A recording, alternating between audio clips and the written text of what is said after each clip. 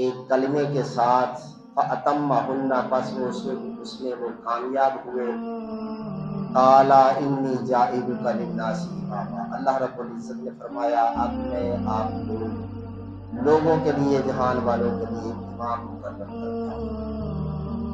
اللہ رب العزت نے ابراہیم علیہ السلام کو جب آزما لیا اور آزمایا کئی طریقوں سے، سب سے پہلے جب ابراہیم علیہ السلام نے نمرود کے بتوں کو پاش پاش کیا، سب بتوں کو ختم کر کے ایک کے کھاندے پہ کلہاڑا رکھ دیا، تو جب نمرود اور اس کے حواری جو تھے میلے سے واپس آئے تو دیکھا سب بت فنا ہوئے ہیں، تو پوچھا یہ کام کس نے کیا ہے؟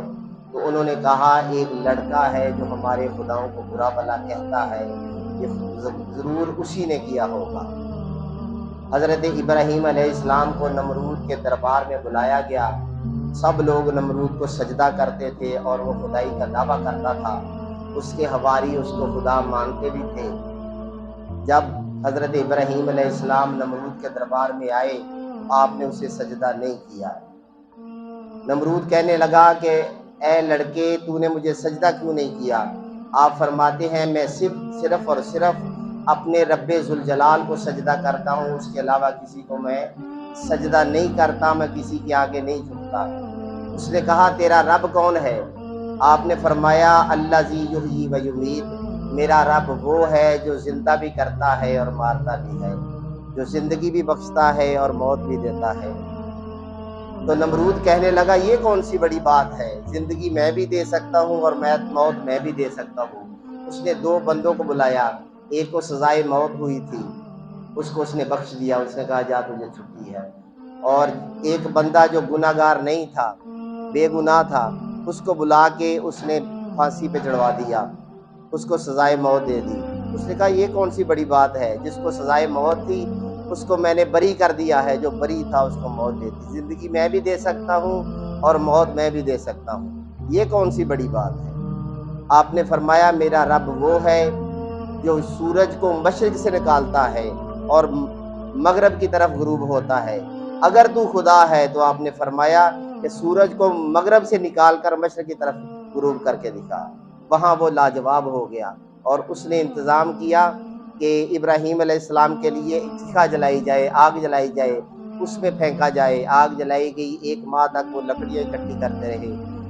اس آگ میں منجیق کی صورت میں حضرت ابراہیم علیہ السلام کو اس آگ میں پھینکا گیا، وہ آگ آپ پہ گلزار بن گئی۔ یہ آپ کی پہلی آزمائش تھی۔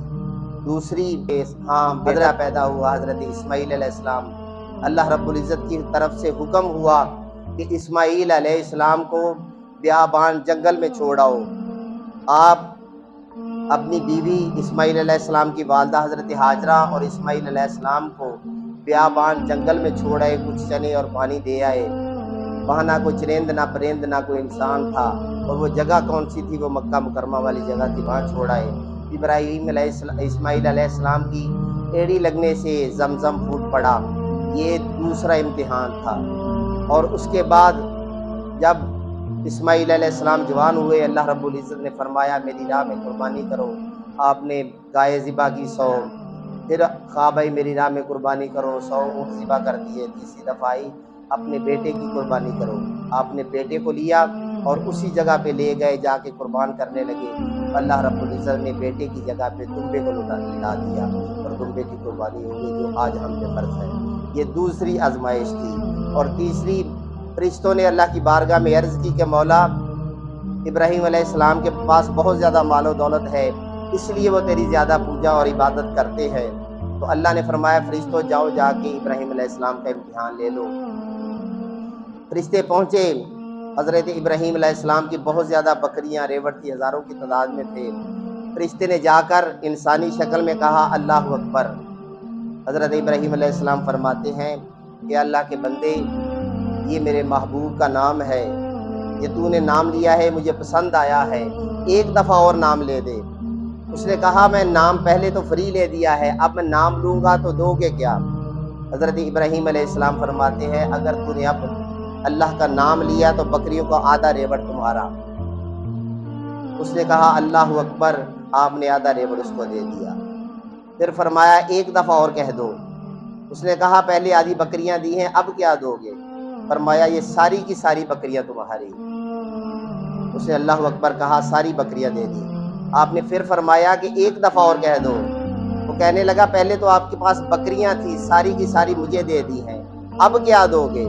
آپ نے فرمایا بکریوں کے چرانے کے لیے ایک چرواہا بھی ہوتا ہے، میں تمہاری بکریاں چرایا کروں گا، ایک دفعہ اور کہہ دو۔ اس نے پھر کہہ دیا تو آپ اس کے چرواہے بن گئے۔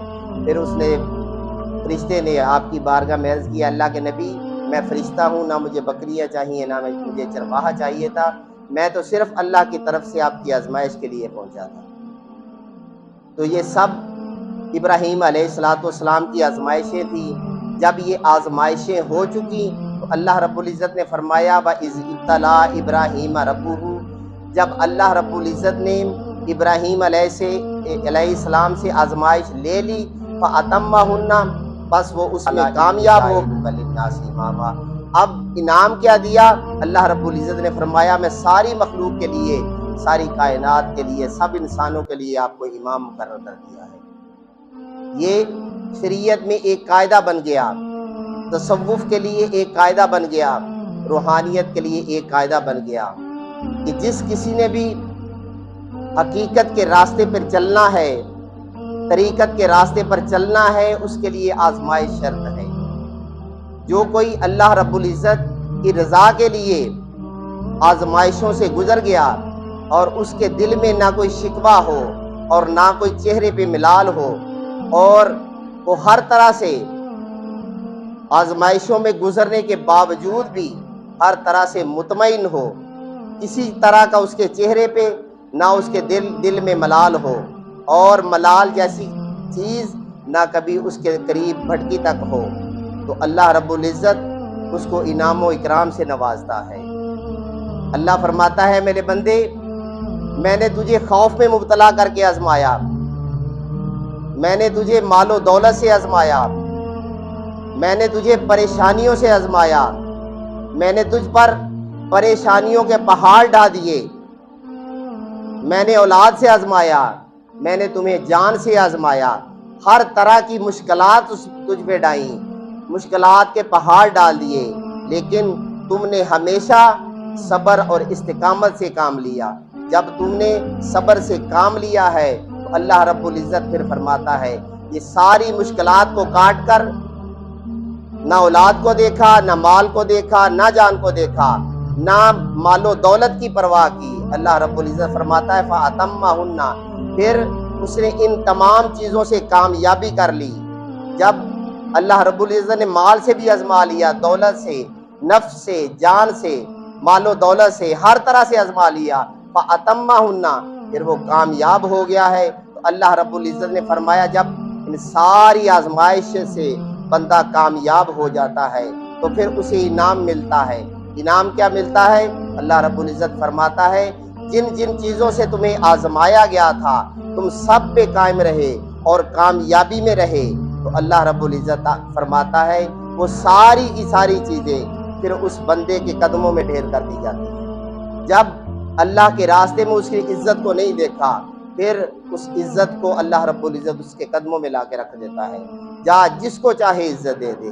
جب اس نے دنیا کی شہنشاہی کو نہیں دیکھا تو اللہ رب العزت اس شہنشاہی اور وقار کو اس بندے کے قدموں میں ڈھیر کر دیتا ہے۔ جب اس نے مال و دولت کو نہیں دیکھا تو اللہ رب العزت اس مال اور دولت کو، جس نے اللہ رب العزت کی رضا کی خاطر نہ کوئی پریشانی دیکھی، نہ کوئی مشکل وقت دیکھا، نہ کوئی تکلیف دیکھی، سب کی سب اللہ کی رضا کے لیے مطمئن رہا اس پر، وہ ایسے ہی رہا پریشانی اور مشکلات میں جیسے وہ آسانی اور راحت میں ہوتا ہے۔ جس طرح بندے کو خوشی میں اطمینان ہوتا ہے، اس نے پریشانی میں بھی اتنا ہی اطمینان رکھا اور اللہ کی رضا پر بھروسہ رکھا، تو پھر اللہ رب العزت ان تمام دنیاوی اور دینی خواہشات جو ہیں سب کی سب اس بندے کے قدموں میں ڈھیر کر دیتا ہے۔ جس کو چاہے اس کو عطا کر دے، جس کو چاہے نہ دے۔ عزت جس کو دینی ہے یہ تیرے قدموں میں ہے، اس کو دے دے۔ ذلت جس کو دینی ہے اس کو دے دے۔ مال و دولت جس کو مرضی جتنا مرضی دے دے۔ اللہ رب العزت پھر اسے یہ انعام دیتا ہے، اور سب سے بڑا انعام اللہ رب العزت فرماتا ہے